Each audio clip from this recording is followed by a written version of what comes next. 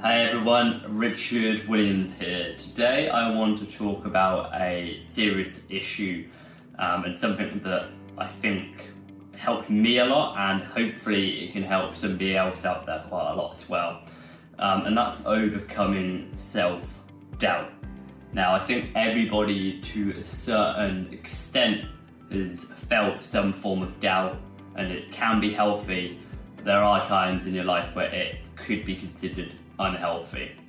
Today I want to talk about my experiences with it and how I have overcome it in the past and how I manage it going forwards. So for me, a lot of the self-doubt normally stems from your identity or my identity, and this is something that I sort of learned around a few years ago when I was listening to a lot of podcasts, and one particular podcast on the Joe Rogan show started talking about how people need to associate themselves with some form of identity, and that meant nothing to me. But when the way that they explained it was very interesting, and I got to see that, yeah, I was doing that all along and I just didn't really realise it. So I think one of the easiest ways to see an identity that you give yourself is that when you're growing up, for example, you will always think in a certain way to do with your identity.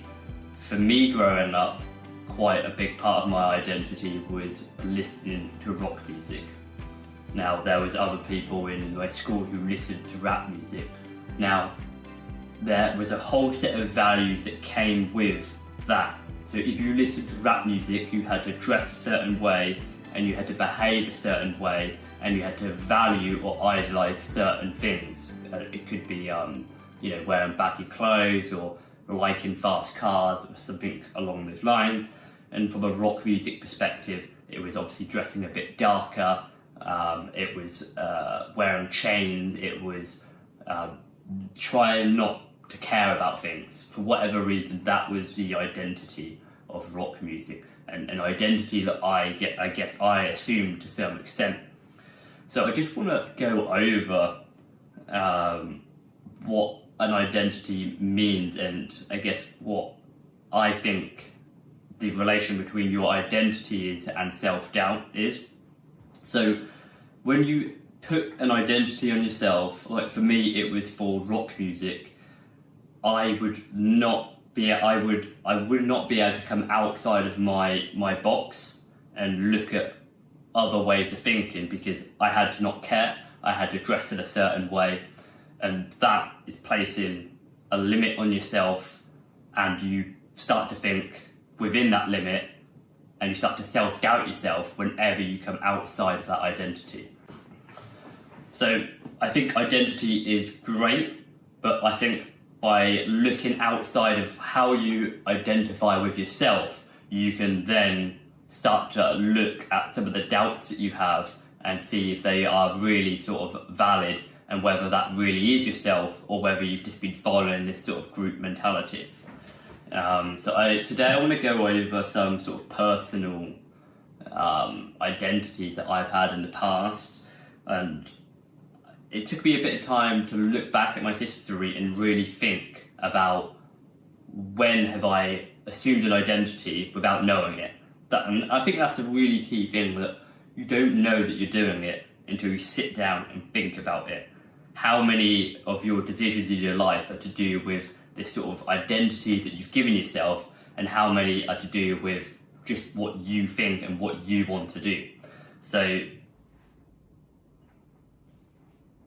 my very first identity that I can remember was, I'm bad at German, I'm bad at languages, it's not my thing.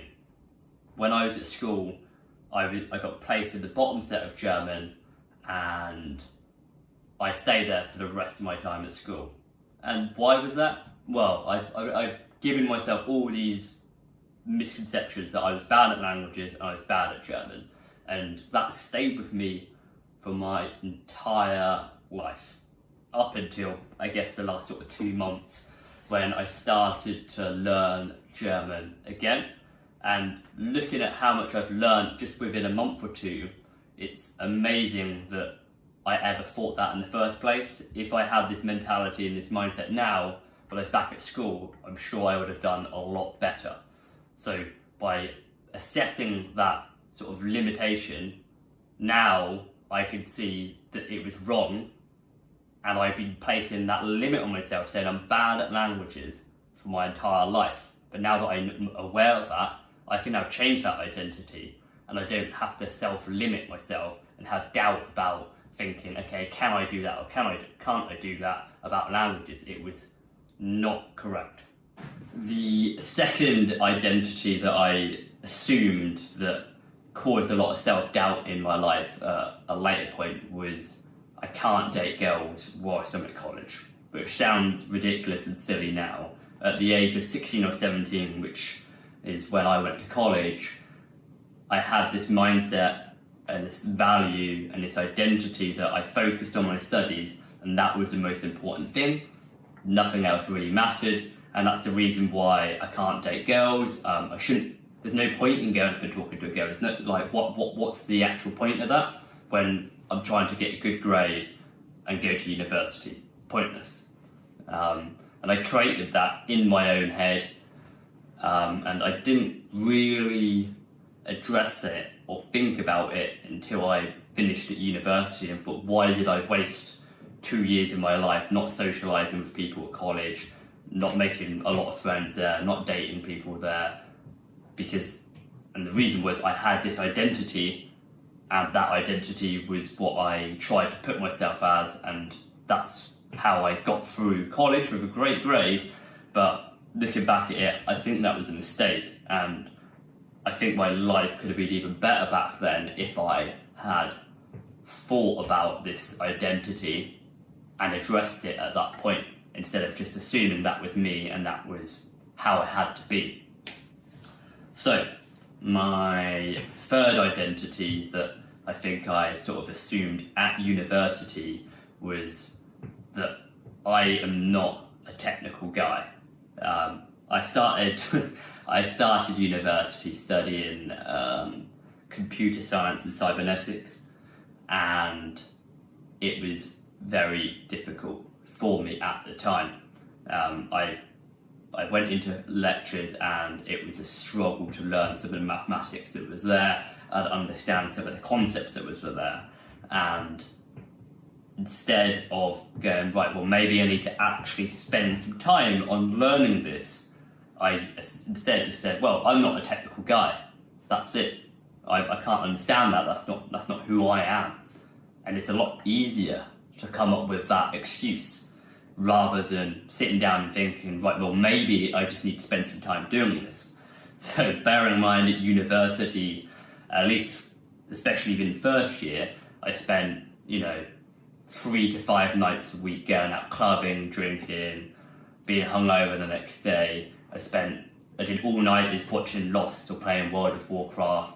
All that time could have been easily spent on learning these skills. And now that I've come a bit later in my life and I've looked at some of the more technical skills, which are an aspect of my job, I start to realise that I probably could have learnt it back then if I just invested some time into it.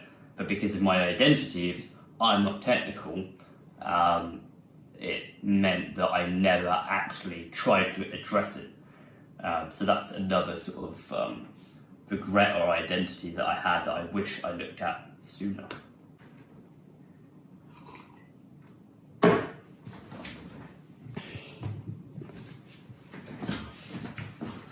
So the next sort of identity that I had, that I think I developed at university, was that I'm a heterosexual male who goes to the gym, who likes to do sports, who likes to do kickboxing, and that is my identity. I don't like to do these other sissy things. I used to think, sorry for the expression, but going to the theatre or watching a musical was gay. It sounds so odd for that term now. And I spent 5 years of my life going through that sort of mentality And it's only after I actually started traveling and I tried to, I purposely put myself out there and tried new experiences or things that I thought I didn't like. And it was at that point in my life that my life massively got better. I started to do things that put me out of my comfort zone. So even going to a musical, I remember I watched Phantom of the Opera in a New York Broadway, and I loved it. And I guess that was a bit of a turning point, that actually all these preconceived values in my life, how many of them are from a mindset 5 years ago, or how many of them have I had 15 years ago, like my German, and how many of them are actually real and relevant today, which is one of the reasons why I decided to sit down today and try to assess some of my values in my life and what identities I currently have right now. So my fifth identity is something that I guess it's been steadily growing in my mind in the last couple of years, that I've sat down and looked at it and assessed it, is the identity of, I'm my own man, I don't need nobody else. I'm an independent person, and caring about other people just isn't that important for me. Now, this is something that I think has limited me, and it has created a lot of self-doubt in my life. It's something that I still struggle with, in terms of I still have that nagging thought in the back of my mind that that's true, and it might be true, but I think by even being aware of the issue and thinking consciously about this when I'm making decisions through my everyday life and making decisions about my future career, I think it's going to play an even more important role in my life.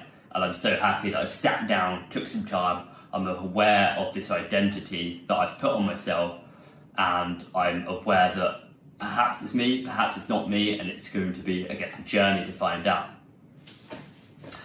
So I hope you enjoyed listening to that. These identities that I have in my life are, of course, very relevant to me, but I hope some people out there, it was relevant to you, in terms of you have made yourself think in a certain way or have certain values based on this sort of mindset that just isn't relevant anymore, and you've been limiting yourself because you've had these values, and this self-doubt that you've had is because it's not part of that original identity or values. So hopefully you can spend a bit of time today or at some point in the week and sit down and assess what values and what identity you currently have right now, and is it fulfilling your purpose? Is it still something that's relevant in your life, or is it something that you need to work on? Just a quick exercise I would recommend, and I'll put this in the description of the video, is I would list all your known identities, past or present, and then go through all of them and assess, are they still relevant to you now, and does it make you happy? If the answer is yes to that, then keep them in there. They're great, they're good for your self-esteem. Now, if they aren't relevant and they're creating doubt because there's something in there that doesn't quite fit with your values of what you want to do, whether that's your career or whether that's something that you want to think about doing in the future, then look to change that identity or look to remove it from your life completely. And the next part of that, which is very, very important, is how do you actually now go out and make that change? So on a day-to-day basis, it's easy to get in a bit of a rut, have a bit of self-doubt in yourself. So how do you actually get out of that mindset? And there's a lot of different ways around that, sort of physical and mental sort of exercises that I do all the time, and there's many suggested ways of doing that. And in the next video, that's what I'm gonna focus on. So if you enjoyed this video, please let me know. It's a bit different to my usual sort of challenges, but I wanted to sit down and have a one-to-one conversation or talk, and sort of give some value out there that was something that I guess is quite close and personal to me, and it's something that's been transformational in my life, and hopefully it just affects one person out there. Cheers.